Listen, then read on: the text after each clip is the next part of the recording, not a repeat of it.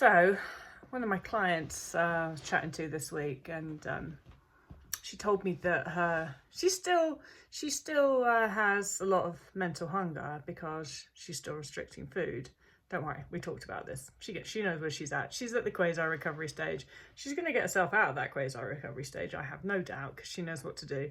But she works with a therapist, and so she is in a, let's just say, quote unquote, not emaciated body. I can't even be bothered with BMI today.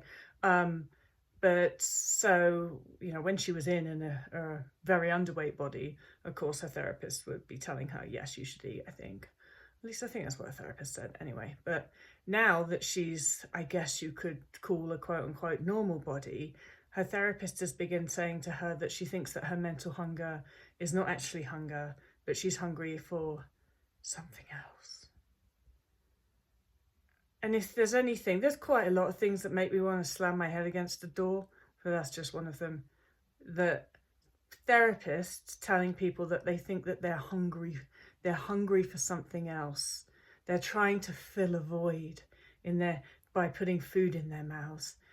And it's just the most arrogant and pompous thing that psychotherapists seem to get off on saying. I think they say it because it makes them seem clever. Lol, look at me. I'm looking past, I'm reading between the lines, and I'm getting deep into your psyche, and I can tell that your desire to eat cake is actually about sex or something else.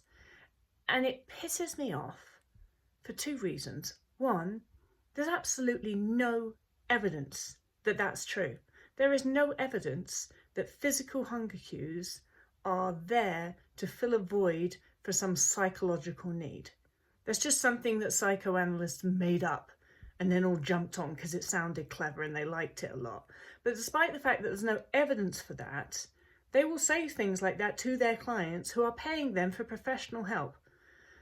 The second thing is because the very reason, say that scenario that we've got there, you've got underweight person goes to the therapist and says, I've got mental hunger the whole time. The therapist goes like, oh yeah, you're probably hungry, you should eat. Then that person staggers themselves up to be in a more quote unquote normal sized body, and they go to the psychotherapist. Same thing's going on. They're still restricting food. They're still doing compulsive movement. They've still got huge mental hunger. And just because they're presenting in a non-emaciated body, the therapist says to them, oh, that's obviously not actually hunger. And that is the difference. The only difference in the presentation from that person to that therapist is their body weight.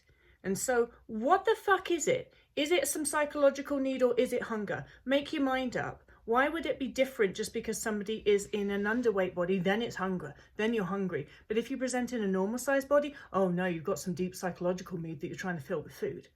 What the actual fuck? It doesn't make any sense. That's like somebody got cancer and going into a doctor in an underweight body, and the doctor going like, oh yeah, you got cancer. And then they go and they present with the same symptoms in a normal weight body, and the person says, oh, it's not cancer, it's just all stuff in your head.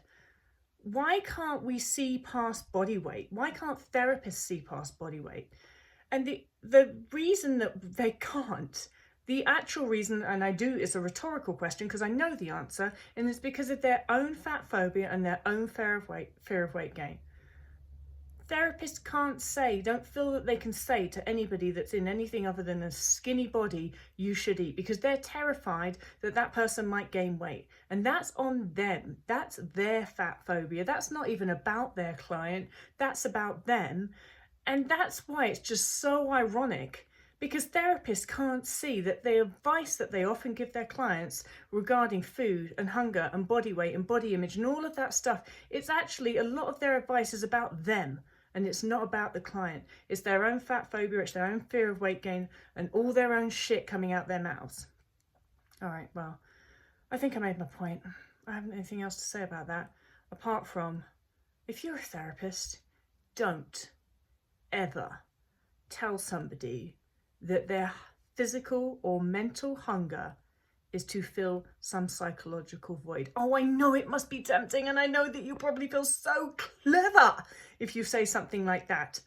Don't do it.